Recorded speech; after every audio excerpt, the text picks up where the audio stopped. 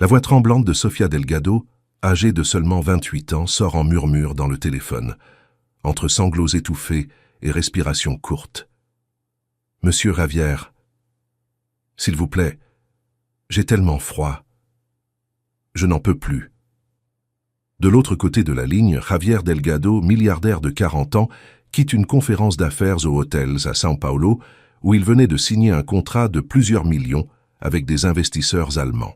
L'homme a senti son téléphone vibrer pendant la présentation finale, mais il a attendu la fin pour écouter les messages vocaux de plus en plus désespérés que Sofia avait laissés au cours des 40 dernières minutes.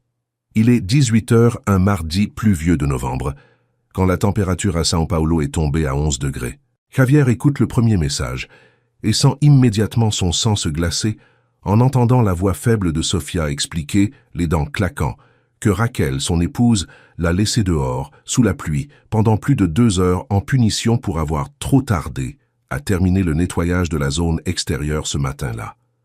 Javier ne termine pas la phrase qu'il commence à murmurer. Au lieu de cela, il court vers sa Mercedes noire garée au voiturier de l'hôtel, sans même dire au revoir aux investisseurs allemands qui continuent encore de célébrer le contrat avec du champagne coûteux dans la salle. Son assistant personnel, Miguel, le voit partir en courant et tente de le retenir, demandant si tout va bien, mais Javier crie seulement par-dessus son épaule qu'il s'agit d'une urgence et qu'il doit annuler tout le reste de la journée. Pendant les 25 minutes de trajet jusqu'à la demeure située en périphérie de São Paulo, Javier écoute les autres messages vocaux. Chacun brise un peu plus son cœur, car Sofia n'est pas seulement une employée. C'est la personne qui a fait fonctionner cette maison quand il était absent, celle qui préparait le café comme personne, qui parlait doucement pour ne pas déranger, qui souriait toujours même quand elle était épuisée. Dans le deuxième message, Sofia explique qu'elle a enfin été autorisée à rentrer, mais que Raquel ne l'a pas laissé changer de vêtements mouillés, ni se sécher avec une serviette, ni prendre une douche. Elle l'a obligée à s'asseoir sur le canapé du salon exactement comme elle était, trempée de la tête aux pieds, pendant que Raquel est allée faire une sieste tranquille dans sa chambre. Dans le troisième message, la voix de Sofia semble plus faible et plus effrayée. Elle dit qu'elle est assise sur le canapé depuis presque 2 heures, tremblant de froid, avec son uniforme simple de femme de ménage complètement collé au corps, qu'elle sent ses doigts engourdis et ses jambes lourdes, comme si elles ne lui appartenaient plus. Elle dit qu'elle a essayé de se lever pour aller aux toilettes et se changer, mais que Raquel est sortie de la chambre et a crié que si elle quittait le canapé avant l'arrivée de Javier, la punition serait pire. Le quatrième message est presque incompréhensible, car Sofia pleure tellement que les mots sortent entrecoupés. Elle dit qu'elle ne comprend pas pourquoi Raquel la traite comme si elle était un problème, comme si elle n'était pas une personne. Elle dit qu'elle a seulement pris un peu plus de temps parce que le sol était glissant et qu'elle avait peur de tomber. Elle dit qu'elle a essayé d'expliquer, mais que Raquel n'a pas voulu écouter. Le cinquième et dernier message est celui qui fait finalement appuyer Javier sur l'accélérateur jusqu'à la limite autorisée. Sofia, d'une voix presque inaudible, murmure qu'elle se sent étourdie, que tout tourne, qu'elle a très sommeil, mais qu'elle a peur de fermer les yeux. « Je tremble, je n'arrive pas à arrêter. Monsieur, s'il vous plaît, venez vite. » Javier appelle Raquel en conduisant, mais comme toujours, elle ne répond pas quand elle voit que c'est lui.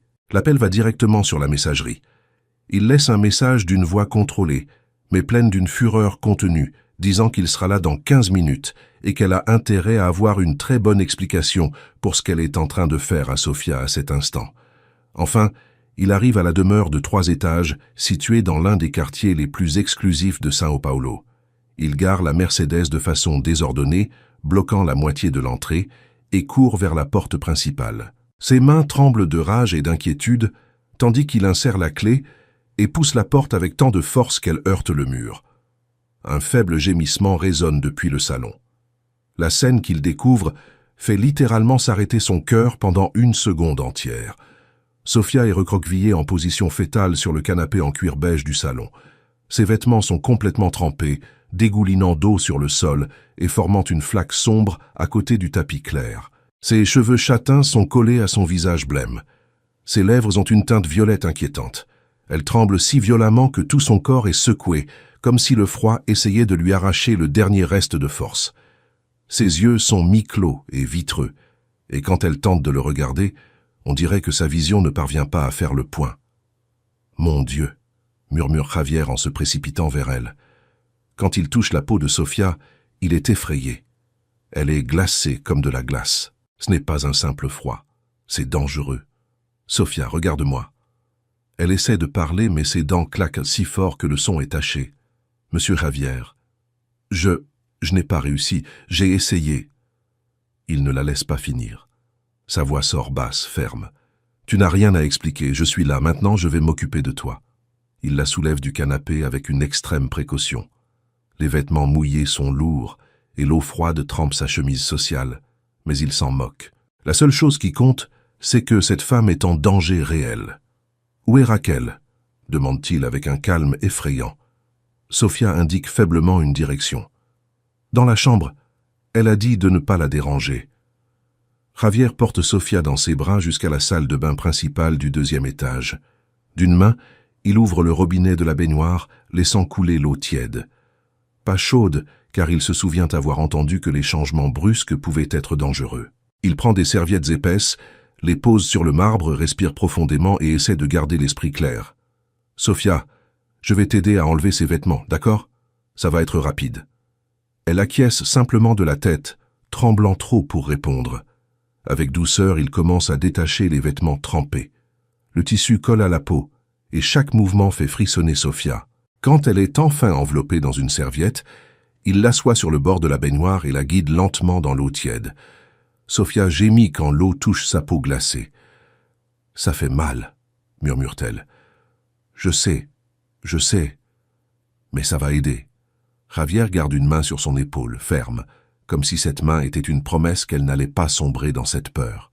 Pendant que Sofia commence lentement à reprendre des couleurs, Javier prend son téléphone et appelle les secours médicaux. « J'ai besoin d'une ambulance rue Serrano, numéro 452. Ma employée présente des signes d'hypothermie suite à une exposition prolongée au froid et à la pluie. L'opératrice demande si elle est consciente.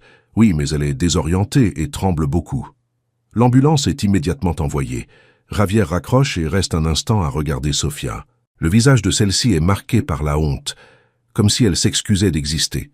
Cela allume en lui une vieille culpabilité, un poids qu'il ignorait depuis trop longtemps. Il avait toujours pensé que Raquel était simplement exigeante. Il avait toujours cru que la discipline et la rigueur étaient normales. Mais maintenant, en voyant Sofia trembler de cette façon, il comprend que ce n'était pas normal. C'était de la cruauté. La sirène de l'ambulance se rapproche et Javier respire profondément. Il sait que lorsque les secouristes entreront dans cette maison, la vérité sera exposée. Et il sait aussi qu'il ne fera plus semblant de ne rien voir. Les secouristes entrent précipitamment dans la demeure avec leurs mallettes d'urgence, guidés par Javier qui descend les escaliers presque en courant. Sofia est encore enveloppée dans une serviette épaisse, assise sur le bord de la baignoire, tremblant moins qu'avant, mais le regard lointain, comme si elle essayait de comprendre si tout cela était réel ou juste un mauvais rêve. La première secouriste, une femme d'une trentaine d'années nommée Carmen, s'approche avec précaution sans l'effrayer. « Bonjour Sofia, je m'appelle Carmen. Je vais t'aider, d'accord ?» Sofia acquiesce simplement, les yeux baissés. Carmen mesure la température, observe les mains violacées, évalue la respiration et les battements de cœur. « Monsieur Delgado, elle a une température basse. Elle est encore consciente, mais elle a besoin d'une surveillance médicale. » Javier sent son estomac se retourner. Elle va s'en sortir. Carmen le regarde avec sérieux, mais sans dureté. Si on continue à la réchauffer doucement et qu'elle reçoit un suivi, oui, mais il est important qu'elle aille à l'hôpital maintenant. Pendant qu'un autre secouriste prépare la civière, Carmen parle discrètement avec Javier dans le couloir. « Pouvez-vous m'expliquer comment cela est arrivé ?» Javier respire profondément, et la réponse sort comme un poids qu'il portait depuis trop longtemps. « Ma femme l'a laissé dehors sous la pluie comme punition, et ensuite elle ne l'a pas laissé se changer. » Carmen fronce les sourcils. Son regard se durcit, pas contre Javier, mais contre ce qu'elle vient d'entendre. C'est grave. Nous allons tout consigner dans le rapport, et l'hôpital va contacter l'assistance sociale. Javier retourne dans la salle de bain et s'agenouille devant Sofia. « Princesse, je viens avec toi. » Sofia lève les yeux, confuse. « Je ne suis pas... » Il corrige immédiatement d'une voix plus douce. Pardon, Sofia, je viens avec toi. Tu ne seras pas seule. Elle déglutit et hoche lentement la tête. Je ne voulais pas causer de problème. Javier sent une telle douleur dans la poitrine qu'elle en devient presque physique. Tu n'es pas un problème. Tu es une personne. Et personne ne te traitera plus jamais comme si tu étais jetable. Ils descendent avec Sofia couverte de couvertures thermiques. Dans le salon, Raquel apparaît en haut de l'escalier, vêtue d'un peignoir impeccable et l'air irrité, comme si le bruit était une gêne. « Que se passe-t-il ici ?» demande-t-elle, comme si elle demandait pourquoi la télévision était trop forte. Javier se retourne lentement. Son regard est aussi froid que la pluie dehors. « Tu sais exactement ce qui se passe. » Raquel descend les marches lentement. « Je voulais juste lui apprendre à être responsable. » Carmen lance un regard rapide à Javier, comme pour confirmer qu'elle a bien entendu. Javier respire profondément, gardant sa voix maîtrisée. On n'apprend pas la responsabilité en mettant quelqu'un en danger. Raquel croise les bras. C'est une employée. Elle est là pour obéir. La phrase tombe dans l'air comme quelque chose de lourd et de laid. Sofia ferme les yeux, comme si ce mot était un ancien coup. Javier sent son sang bouillir. Elle est là pour travailler, pas pour être humiliée. L'ambulance part. Javier est à côté de Sofia, tenant sa main à l'intérieur du véhicule. L'hôpital reçoit Sofia rapidement. Même si elle est adulte, l'équipe médicale décide de prioriser les soins en raison du risque et de la gravité de l'exposition.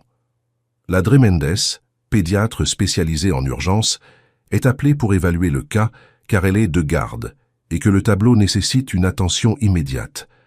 Elle examine Sofia avec précision, mesure les signes vitaux, évalue la peau, les extrémités et la réponse neurologique.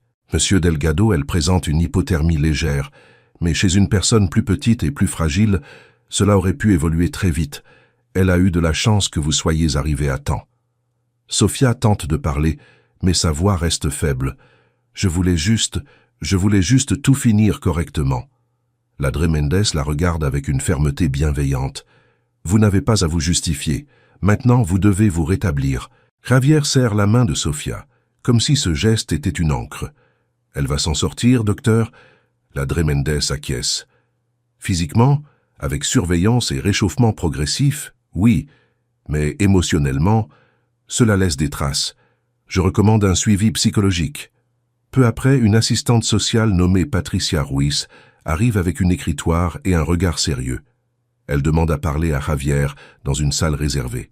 « Monsieur Delgado, je dois comprendre le contexte. Madame Raquel a-t-elle un historique de traitement de ce type envers les employés ?» Javier déglutit. La réponse qu'il voudrait donner est « non », car ce serait plus facile. Mais il comprend que mentir maintenant reviendrait à fermer les yeux une fois de plus. Elle a toujours été très stricte. Je pensais que c'était juste son caractère, j'avais tort. Patricia incline la tête. Avez-vous déjà été témoin de situations d'humiliation? Javier se souvient des phrases cinglantes à table, de Raquel se plaignant du ménage avec mépris, de Sofia s'excusant pour des choses insignifiantes. Oui, et j'ai ignoré. Patricia note. Comprenez-vous que cela peut constituer des mauvais traitements et un abus psychologique? Javier ferme les yeux un instant. Je comprends, et je vais régler cela. Patricia poursuit. Sofia vit ici? Elle dépend de cet emploi? Javier répond immédiatement. Oui, elle vit dans une chambre de service, et elle en dépend. Patricia respire profondément. Donc, elle était en situation de vulnérabilité. Cela rend l'ensemble encore plus grave. Javier ressent le poids du mot vulnérabilité comme une sentence. Car c'est la vérité. Il avait le pouvoir, l'argent, l'influence. Et malgré cela, dans sa propre maison, quelqu'un était en train d'être détruit. Sofia reste en observation dans une chambre individuelle. La température monte lentement, et les tremblements diminuent. Mais elle ne se détend pas. Ses yeux suivent chaque mouvement de l'équipe, comme si elle s'attendait à ce que quelqu'un crie à tout moment. Javier remarque cela et comprend que le froid n'était pas seulement physique, c'était la peur. C'était des années à sentir que la moindre erreur serait punie. Quand Sofia parvient enfin à parler plus clairement, elle murmure sans regarder directement. « J'ai essayé de demander à me changer. Elle m'a dit que j'exagérais. » Javier sent une boule dans la gorge. « Tu n'exagérais pas. Tu étais en danger. » Sofia déglutit. « J'ai cru que j'allais m'évanouir. Et j'avais honte. Javier secoue la tête lentement. Ne ressens plus jamais de honte à demander de l'aide. Tu as bien fait. Le lendemain matin, Patricia revient parler à Sofia, avec l'autorisation médicale. Sofia hésite mais répond. Elle raconte que Raquel lui faisait des remarques sur les détails, qu'elle faisait des commentaires qui la faisaient se sentir petite, qu'elle disait que les gens simples devaient apprendre à obéir. Sofia parle doucement, comme si elle révélait un secret interdit. Je voulais juste travailler en paix. Patricia garde un ton ferme. Vous avez droit au respect et à la sécurité. Ce n'est pas une faveur. C'est un droit. Javier, dehors, entend une partie de la conversation et sent quelque chose se briser en lui. Ce n'est pas seulement de la colère. C'est de la honte. Il se souvient de la façon dont il a choisi Raquel après la mort de la mère de Sofia, pensant qu'il avait besoin de quelqu'un de fort à ses côtés. Il se souvient de la façon dont il a confondu dureté et maturité. Et maintenant il comprend qu'en réalité, il avait introduit chez lui quelqu'un qui savait blesser sans élever la voix. Quand Sofia reçoit son congé en fin de journée, encore faible, Javier la ramène à la demeure, mais ne permet pas que Raquel y soit. Avant même de quitter l'hôpital, il appelle Miguel. « Miguel, je veux que tu t'arranges pour que Raquel passe la nuit dans un hôtel et qu'un avocat soit disponible demain matin. » Miguel hésite. « Monsieur, vous êtes sûr ?» Javier répond sans hésiter. « Oui, je ne permettrai pas qu'elle reste dans la même maison que Sofia. » À leur arrivée, Sofia entre lentement, comme si elle craignait que tout change à nouveau. Javier la conduit jusqu'à la chambre d'amis, pas la chambre de service. « Tu vas rester ici, plus près, plus confortable. » Sofia écarquille les yeux. « Mais, Javier coupe avec une fermeté douce. « Tu ne vas pas discuter. Tu as besoin de repos. » Cette nuit-là, Javier reste assis sur le canapé du salon, regardant le sol où la flaque d'eau s'était trouvée quelques heures plus tôt. Il voit cela comme une marque, une preuve, un avertissement de ce qu'il a failli laisser arriver. Et quand il entend la pluie frapper la fenêtre, il ne pense ni au contrat ni à l'argent. Il pense seulement à une chose. Plus jamais personne ne tremblera dans cette maison à cause de la peur. Javier se réveille tôt le lendemain et trouve Sofia assise sur le lit, tenant une tasse de thé chaud à deux mains. Elle semble encore fragile, mais ses yeux sont plus présents. « Je vais tout régler », dit-il calmement. Sofia déglutit. « J'ai peur qu'elle revienne en colère. » Javier s'agenouille devant elle. « Elle ne te commandera plus jamais. Jamais. » Plus tard, il signe les papiers du divorce avec l'avocat et met en place les mesures légales. Raquel tente d'appeler, tente de se justifier, mais Javier ne cède pas. Sofia commence une thérapie avec la Dretorès et, petit à petit, retrouve le sourire sans demander la permission. Par la première après-midi ensoleillée après des semaines, elle ouvre la fenêtre et respire profondément. « Aujourd'hui, je n'ai pas peur du froid, » dit-elle tout bas. Javier prend sa main et répond « Parce que maintenant tu es en sécurité. »